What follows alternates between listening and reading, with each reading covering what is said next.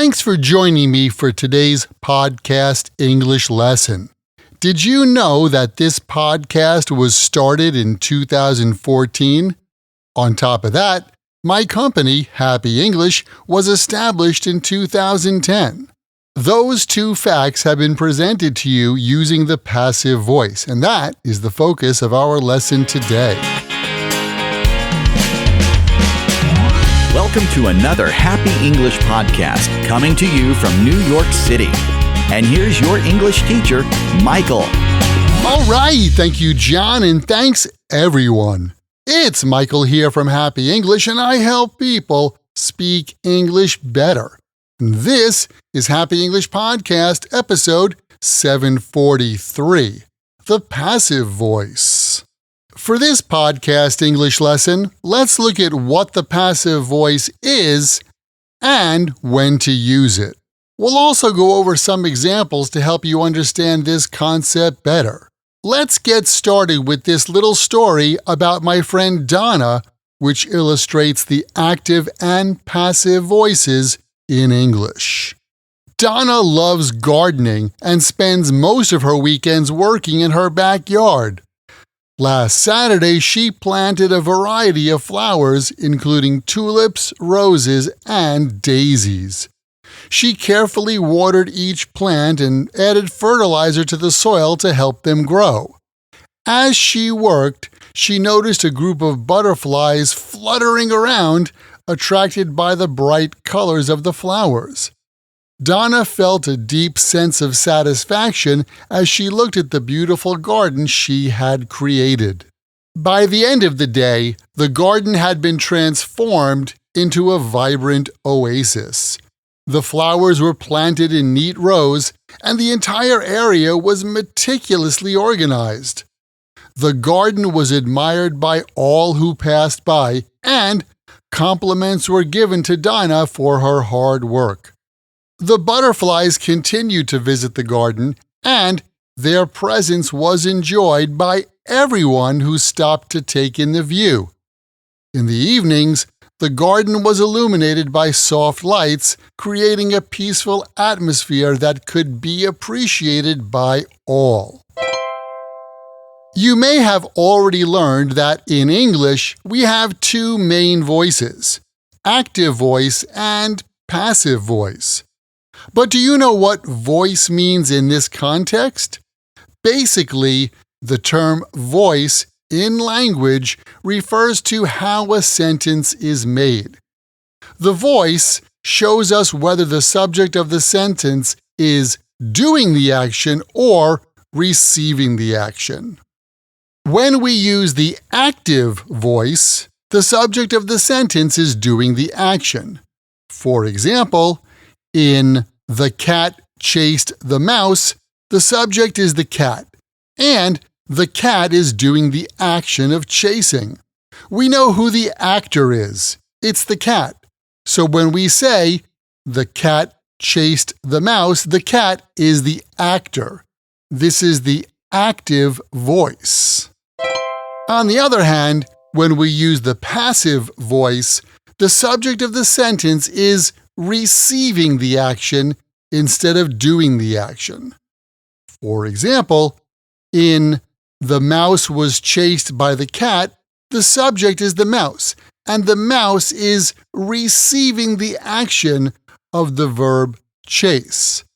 We know that the target of the action is the mouse. So when we say, "The mouse was chased by the cat," the mouse is the target.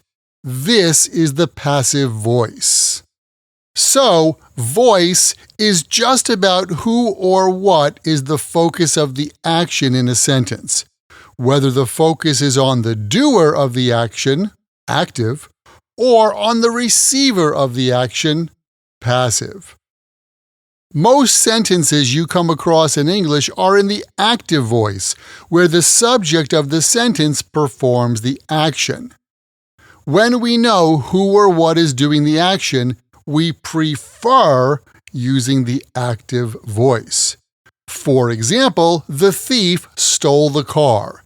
In this sentence, the subject is the thief. The action is stole and the object is the car.